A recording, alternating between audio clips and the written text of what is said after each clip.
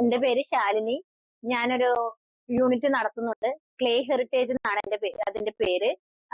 അത് അമരമ്പലം CDS പൂക്കോട്ടുംപാട മലപ്പുറം ജില്ലയിലാണ്. അമരമ്പലം CDSലാണ് ഞാൻ സംരംഭം തുടങ്ങിയിട്ടുള്ളത്. ഈ സംരംഭം തുടങ്ങാന്ന് പറഞ്ഞാല് ഞാൻ ചെറുപ്പത്തിലെ എനിക്ക് ഒരു ടീച്ചർ ആവണം എന്നായിരുന്നു ആഗ്രഹം. പക്ഷെ എന്തുകൊണ്ടോ +2 കഴിഞ്ഞപ്പോ ഞാൻ പഠനമൊക്കെ നിർത്തി. പിന്നെ എന്ത് ചെയ്യണമെന്ന് എനിക്ക് ഒരു ഐഡിയ ഉണ്ടായിരുന്നില്ല. അപ്പൊ പിന്നെ എന്റെ വീടിന്റെ അടുത്ത് തന്നെ ജിനൻ എന്ന് പറഞ്ഞിട്ട് ഒരു ഡിസൈനർ ഉണ്ടായിരുന്നു. ആള് കളിമണ്ണിൽ വെച്ചിട്ട് ഓരോ ഡിസൈൻ ചെയ്തിട്ട് ഇങ്ങനെ ഓരോ വർക്ക് ചെയ്യുന്നുണ്ടായിരുന്നു. അവിടെയൊക്കെ ഞാൻ പോകുന്നുണ്ടായിരുന്നു. പിന്നെ അത് കഴിഞ്ഞ് കുറെ ദിവസം കഴിഞ്ഞപ്പോ എന്റെ കല്യാണം കഴിഞ്ഞു. പിന്നെ കുറച്ച് കഷ്ടപ്പാടൊക്കെ ആയി. വീട്ടിലെ കഷ്ടപ്പാട് വന്നപ്പോ അത് പിന്നെ മറികടക്കാൻ എന്ത് ചെയ്യാൻ പറ്റുകയെന്ന് ഞാൻ ആലോചിച്ചു തുടങ്ങി. ഭർത്താവ് കണ്ടക്ടർ ആയിരുന്നു. ആളുടെ ഒറ്റയ്ക്ക് സമ്പാദിച്ചുകൊണ്ട് ഞങ്ങൾക്ക് എവിടെ എത്താൻ കഴിഞ്ഞില്ല. അപ്പൊ തുടങ്ങിയതാണ് എന്തെങ്കിലും ചെയ്യണം എന്നുള്ളത്. അപ്പൊ എന്ത് ചെയ്യണം എന്ന് ആലോചിച്ച് നോക്കുമ്പോൾ പലതും ഞാൻ ആലോചിച്ചു. പക്ഷെ എന്ത് ചെയ്യണം എന്ന് എനിക്ക് ഒരു ഐഡിയ ഉണ്ടായിരുന്നില്ല. അങ്ങനെയാണ് കുടുംബശ്രീ സംരംഭങ്ങൾ തുടങ്ങുന്നതിനുള്ള ട്രെയിനിങ് ഒക്കെ കിട്ടുന്നത്. അങ്ങനെ ഞാൻ അവിടെ പോയപ്പോ ഞാൻ തന്നെ ചിന്തിച്ചു, എന്തുകൊണ്ട് എന്റെ തന്നെ പരമ്പരാഗത തൊഴിലായ കളിമൺ പാത്രങ്ങള് അങ്ങനെയുള്ള അതിലെന്തെങ്കിലും മാറ്റം വരുത്തി ചെയ്തുകൂടാ എന്ന് ചിന്തിച്ചപ്പോ അങ്ങനെയാണ് ഞാൻ ഇതിലേക്ക് വന്നത്. അങ്ങനെ ഞാൻ കുടുംബശ്രീയില് രജിസ്റ്റർ ചെയ്തു. പിന്നെ അടുത്ത ചോദ്യം മാർക്കറ്റിംഗ് എങ്ങനെ ചെയ്യാൻ പറ്റും, അതിലെ എങ്ങനെ ഞാൻ മുന്നോട്ട് വരാൻ പറ്റും എന്നുള്ളതാണ്. നമ്മൾ ഒരുപാട് സാധനങ്ങൾ ചെയ്തു വെച്ചാൽ മാത്രം പോരല്ലോ, അത് സെയിൽ ചെയ്യുമ്പോൾ വേണം. അപ്പൊ അങ്ങനെയാണ് കുടുംബശ്രീ വഴി സരസുകൾ പോവാൻ തുടങ്ങിയതും അത് വിൽപ്പന നടത്തിയതും. പിന്നെ എനിക്ക് എന്റെ കൂടെ 4-5 സ്ത്രീകൾ വർക്ക് ചെയ്യുന്നുണ്ട്. അവർക്കൊരു തൊഴിൽ കൊടുക്കാൻ എനിക്ക് സാധിക്കുന്നുണ്ട്. അത് മാത്രമല്ല, കളിമൺ പാത്രങ്ങൾ നിർമ്മിക്കുമ്പോൾ ഇത് പഴയ കാലത്ത് 50 രൂപ, 20 രൂപ, 30 രൂപ ഇപ്പോഴും അങ്ങനെ വാങ്ങുന്ന ഒരുപാട് ആൾക്കാരുണ്ട്. എന്തുകൊണ്ട് ഇതിന് വില കൂട്ടി കിട്ടൂല? ഇത്രയും വർക്ക് ഇതിൽ വരുന്നുണ്ട്. അപ്പൊ അത്രയും ബുദ്ധിമുട്ടി ചെയ്യുന്ന സാധനത്തിന് എല്ലാവരും ഒരു പുച്ഛത്തോടെ ഇത് മണ്ണല്ലേ, എന്തിനാണ് ഇത്രയും വില കൊടുക്കുന്നത് എന്ന് ചോദിക്കുന്ന പലരും ഇപ്പോഴും ഉണ്ട്. അപ്പൊ അതിൽ നിന്ന് നമ്മൾ എങ്ങനെ മറികടക്കാം? പിന്നെ ഇപ്പോ ഒരുപാട് ഐറ്റംസ് അലുമിനിയത്തിലും പിന്നെ നോൺ സ്റ്റിക്കിലും എല്ലാം വരുന്നുണ്ട്.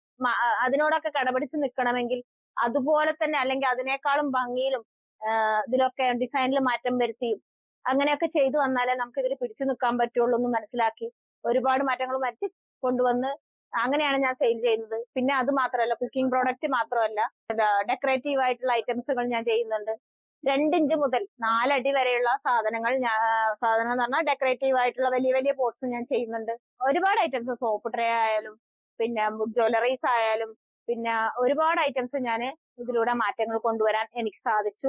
പിന്നെ ഫിനാൻഷ്യലി എന്ന് പറഞ്ഞാൽ ഞാൻ ഒന്നും ഇല്ലാത്തടത്തുനിന്ന് ഇപ്പോ ഞങ്ങൾക്ക് സ്വന്തമായിട്ട് ആദ്യം ഞാൻ തുടങ്ങുമ്പോൾ എന്റെ വർക്കിംഗ് ഷെഡ് എന്ന് പറഞ്ഞാൽ എന്റെ വീടിന്റെ തൊട്ട് ചാരി ഒരു ചെറിയ കുഞ്ഞു ഷെഡായിരുന്നു.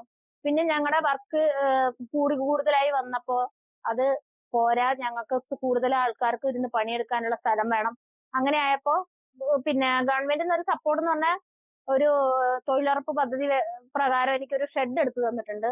ബാക്കി 9 സെന്റ് 10 സെന്റോളം സ്ഥലം ഞാൻ വാങ്ങിച്ചു. പിന്നെ അതിലൊരു വലിയ ഷെഡ് ഉണ്ടാക്കി. പിന്നെ അതിന് കുറെ എക്സ്റ്റെൻഡ് ചെയ്തിട്ട് ഒരുപാട് മാറ്റങ്ങൾ വരുത്തി അങ്ങനെയൊക്കെ ചെയ്യാൻ പറ്റി. പിന്നെ ഇപ്പൊ ഫിനാൻഷ്യലി എന്റെ കുട്ടികളെ പഠിപ്പിക്കുന്നുണ്ട്. എനിക്ക് 3 മക്കളാണുള്ളത്. ഒരാൾ എഞ്ചിനീയറിംഗ് പഠിക്കുന്നുണ്ട്, കൊല്ലത്താണ് പഠിക്കുന്നത്. അതിന് താഴെയുള്ള 2 കുട്ടികളുണ്ട്. പിന്നെ ഭർത്താവും ഞങ്ങൾ സുഖമായിട്ട് ജീവിക്കുന്നു. പിന്നെ ഭർത്താവ് ആദ്യം കണ്ടക്ടർ ആയിരുന്നു. ആളും ഞങ്ങളുടെ കൂടെ ഇപ്പൊ സപ്പോർട്ട് ചെയ്യുന്നുണ്ട്, വർക്ക് ചെയ്യുന്നുണ്ട്. എല്ലാത്തിനും എന്റെ ഭർത്താവും എന്റെ ഫാമിലിയും ആണ് എനിക്ക് സപ്പോർട്ട്.